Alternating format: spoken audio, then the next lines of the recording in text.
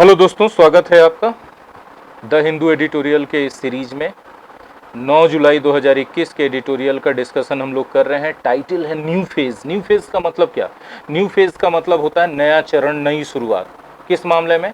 Union council of minister का reconstitution हुआ। अभी आप ही हाल फिलहाल में आपने न्यूज़ में देखा होगा, पढ़ा होगा कि बहुत सारे पुराने मंत्री हटाए गए, नए मंत्री शामिल किए गए हैं। क्यों किया गया ऐसा? टैगलाइन में इसका जवाब है कि cabinet shuffle aims to improve governance while keeping in mind political considerations. मतलब राजनीतिक विचारों को, राजनीतिक पॉइंट्स को ध्यान में रखते हुए गवर्नेंस को बेहतर बनाने के ख्याल से ये कैबिनेट शफल किया गया। आइए हम लोग बढ़ते हैं, आर्टिकल को पढ़ते हैं। The reconstitution of the Union Council of Ministers on Wednesday was guided by both political and administrative considerations. मतलब वेंसडे को हुआ यूनियन काउंसिल ऑफ मिनिस्टर का रिकॉन्स्टिट्यूशन, पुराने हटाए गए, नए जुड़े गए। इसमें दो दृष्टिकोण शामिल था ऐसा करने के पीछे। एक तो राजनीतिक लाभ मिले, स्ट्रेंथ बढ़े, और दूसरा एडमिनिस्ट्रेटिव सुधार हो। As many as 36 new faces were inducted and 12 dropped from the council. 36 नए चेहरे शामिल किए गए और 12 को ड्रॉप कर दिया गया काउंसिल से। Which now has 78 members. और अब इस काउंसिल में 78 मेंबर हैं, जस्ट 3 शाई of the upper limit of 81। जो अपर लिमिट है 81 का, उससे मात्र 3 ही कम है। In 2014, the Bharatiya Janata Party began its rule advertising its 45-member Council of Ministers as an attempt in a minimum government. और 2014 में जब भारतीय जनता पार्टी ने अपना एडवर्टाइजिंग शुरू किया था तो उन्होंने नियम के तौर पे बोला था, भैया कि हम अपना शासन जो करेंगे, रूल जो करेंगे, उसमें मिनिमम गवर्नमेंट रखेंगे। 45 मिनिस्टर से ज़्यादा नहीं रहेगा मंत्रालय हमारे पास, मतलब हमारी सरकार में।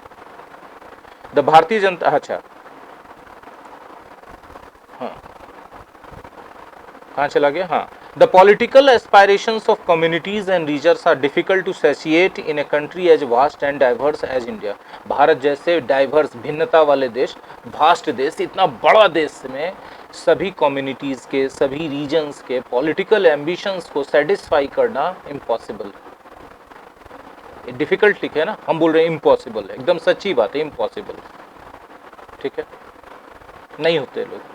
The political aspirations of communities and regions are difficult to set in a country. Prime Minister Narendra Modi has made an attempt to make his council more diverse and representative in a manner that fits his political priorities. Prime minister Narendra Modi ने एक प्रयास किया, एक attempt किया, क्या करने का? कि वो अपने काउंसिल को, अपने मंत्रिमंडल को बहुत डाइवर्स बनाना चाहते हैं, बहुत रिप्रेजेंटेटिव, ताकि हर एक कम्युनिटी, हर एक रीजन का रिप्रेजेंटेटिव उसमें रहे, किसी को कोई कंप्लेन न रहे। ठीक है, और ऐसा क्यों कर रहे हैं? ताकि उनका जो पॉलिटिकल प्रायोरिटी है उसके हिसाब से सब कुछ सुटेबल हो सके। क्या है पॉलिटिकल प्रायोरिटी, इसको समझिए। देखिए, the new composition of the council is in step with the BJP's relentless efforts to rope in OBC groups. देखिए, ओबीसी ग्रुप हमेशा से बीजेपी से थोड़ा थोड़ा नाराज रहा है। ओबीसी को अपने में शामिल करना चाहती, परसुएड करना चाहती बीजेपी, हमेशा से प्रयासरत रही है।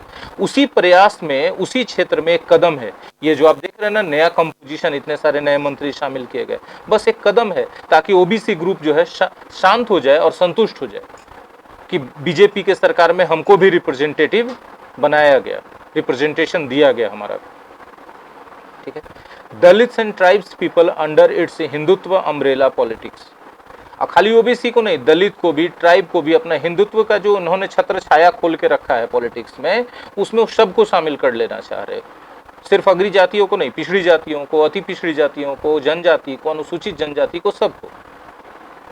ठीक है, this accommodation is crucial for the BJP to continue its dominance in Uttar प्रदेश।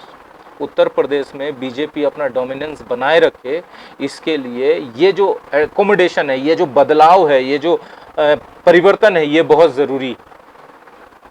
कहाँ कहाँ? उत्तर प्रदेश के लिए भी, बिहार के लिए भी, और भी दूसरे जितने हिंदी स्पीकिंग रीजन हैं उन सब जगह पर। Where caste tensions are simmering, उन सब जगहों पे जहां की जातिगत तनाव उबल रहे हैं, फैला हुआ है।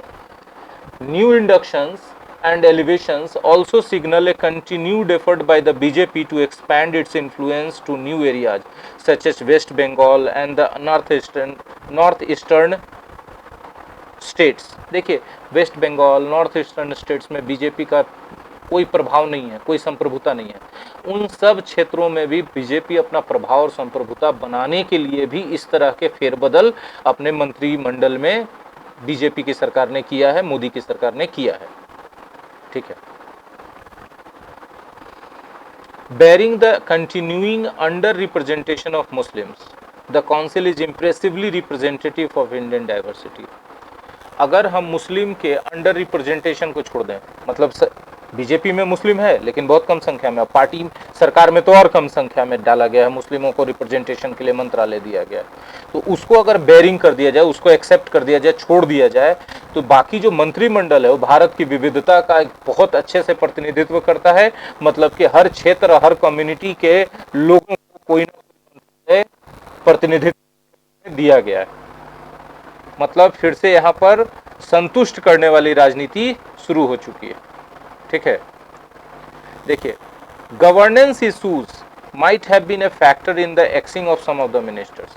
देखिए, बहुत सारे मिनिस्टर्स हटाए गए हैं, इसके पीछे गवर्नेंस का इशू बहुत ज्यादा रहा होगा दिमाग में सरकार के, मोदी जी के। Harshvardhan, Ravishankar Prasad, Prakash Javadekar were among those who got the marching orders. ये सब ऐसे मंत्री हैं जिनको निकलने का आदेश दिया गया कि भैया अब आप मंत्रालय छोड़िए, बहुत हो गया, बहुत जम लिए कुर्सी पर। ठीक है। Apparently for miss handling the pandemic. स्पष्ट है कि उनको क्यों कहा गया होगा, तो जो पेंडेमिक का सिचुएशन है उसको वो लोग अच्छे से हैंडल नहीं कर पाए। Relations with global IT giants and governmental communications respectively. मतलब देखिए, रेस्पेक्टिवली दे दिया गया, मतलब हर्षवर्धन को हटाया गया कि वो पेंडेमिक, चूंकि स्वास्थ्य मंत्री थे तो महामारी से हैंडल करना उनका था काम, वो कर नहीं पाए, इसलिए उनको हटा दिया गया। रविशंकर प्रसाद को क्यों हटा दिया गया, तो उनको ग्लोबल आईटी जायंट्स के साथ डील करना था, वो अच्छे से डील नहीं कर पाए। गवर्नमेंट कम्युनिकेशन के लिए कौन जिम्मेवार थे, प्रकाश जावड़ेकर, वो सही तरीके से गवर्नमेंट कम्युनिकेशन नहीं कर पाए जनता के साथ और देश की मीडिया के साथ, इसलिए उनको हटा दिया गया। New inductees such as Ashwini Vaishnav and Jyotiraditya Scindia have administrative skills that could prove valuable in crucial ministries that they now head. Ashwini वैष्णव और ज्योतिरादित्य सिंधिया जैसे लोग जिनके पास एडमिनिस्ट्रेटिव स्किल है, प्रशासनात्मक निपुणता है, दक्षता है, वो साबित हो सकते हैं वैल्यूएबल, बहुत and crucial in crucial ministries. जो इंपॉर्टेंट मिनिस्ट्रीज है जो उनको अब दे दिया गया, जिनके वो प्रमुख हैं, उसमें वो बहुत ही ज़्यादा वैल्यूएबल साबित हो सकते हैं, वहां बहुत अच्छा वो काम कर करके सरकार की छवि को और बेहतर कर सकते हैं। ठीक है। Individual talent and accountability both can only be contextual. ठीक है। इंडिविजुअल टैलेंट और अकाउंटेबिलिटी है वो कंटेक्चुअल हो सकता है, and in a highly centralise system they become immaterial. लेकिन यहाँ पर जो है ना, बीजेपी की सरकार में ये पूरा हाईली सेंट्रलाइज्ड सिस्टम है, सारा पावर एक आदमी के हाथ में चला गया है। ठीक है। तो अब यहाँ पर इंडिविजुअल टैलेंट हो सकता है मैटर करे, इंडिविजुअल अकाउंटेबिलिटी हो सकता है मैटर करे, लेकिन उसका बहुत ज्यादा इंपॉर्टेंस नहीं रह जाता है। ठीक है। खैर, the ministers must be empowered to plan and take decisions in their respective areas.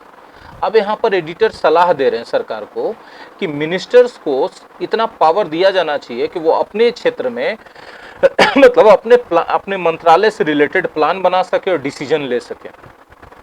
ठीक है। The notion of collective responsibility of the cabinet must be infused with meaning. ये जो कहा गया है कि कैबिनेट का जो है रिस्पॉन्सिबिलिटी जो है कलेक्टिव होना चाहिए, इसको सार्थक रूप से लागू करने की जरूरत है। Discussions in the cabinet must be open. मंत्रिमंडल के अंदर खुले तरीके से बातचीत होनी चाहिए, परिचर्चाएं होनी चाहिए। Proposals that come for the cabinets consideration must go through rigorous technical waiting.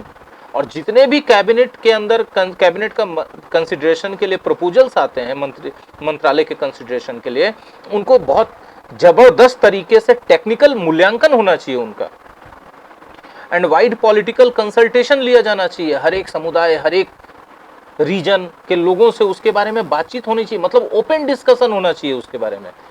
क्यों बोल रहे हैं एडिटर, ये बात समझ में आ रही है ना कि बहुत सारे डिसीजंस इस देश में अभी लिए गए हैं इस सरकार के दौरान जिसमें कोई परिचर्चा नहीं हुई, बस सरकार ने विधेयक लाके उसको पारित कर दिया और बोल दिया भैया कानून हो गया, डिसीजन आज से मान्य है। सोच लीजिए आप। The recomposition was intended to enhance governance.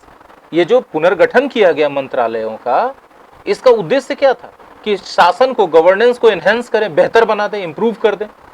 Rev up the economy, economy को स्ट्रेंथन करें, उसको री एनर्जाइज करें, रिवाइटल करें उसको, and fuel the BJP's political march ahead of crucial state elections. और ये जो महत्वपूर्ण राज्य चुनाव हुए, विधानसभा के चुनाव हुए, इसके बाद बीजेपी के पॉलिटिकल मार्च को आगे ले जाया जा सके। एंड 2024 लोकसभा इलेक्शंस और 2024 के लोकसभा इलेक्शंस में इसका प्रभाव पड़े। All this would be possible only if all hands are on the deck. ये सब तभी संभव है जब सब लोग सक्रिय रूप से भागीदारी करेंगे। असेंबलिंग ए टीम इज, एक टीम बनाना कैप्टन का बहुत इंपॉर्टेंट काम होता है। Allowing them to flourish as individuals while playing as a team is equally critical। लेकिन उतना ही इंपॉर्टेंट काम होता है कि उनको ऐसा मौका दिया जाए कि वो इंडिविजुअली भी आगे बढ़ें और टीम को भी आगे बढ़ा दें। मतलब इस सलाह का मतलब है कि मोदी सरकार को, बीजेपी सरकार को टीम वर्क के सही मायने समझने की जरूरत है। आई होप कि एडिटोरियल आप लोगों को अच्छे से समझ में आ गया होगा। जहां कहीं भी डाउट और कोई कंफ्यूजन रहे तो आप तो हमें फिर कॉल कर सकते हैं। नंबर हर जगह फ्लैश हो रहा है स्क्रीन पर। Thank you very much. मिलते हैं अगले लेसन में।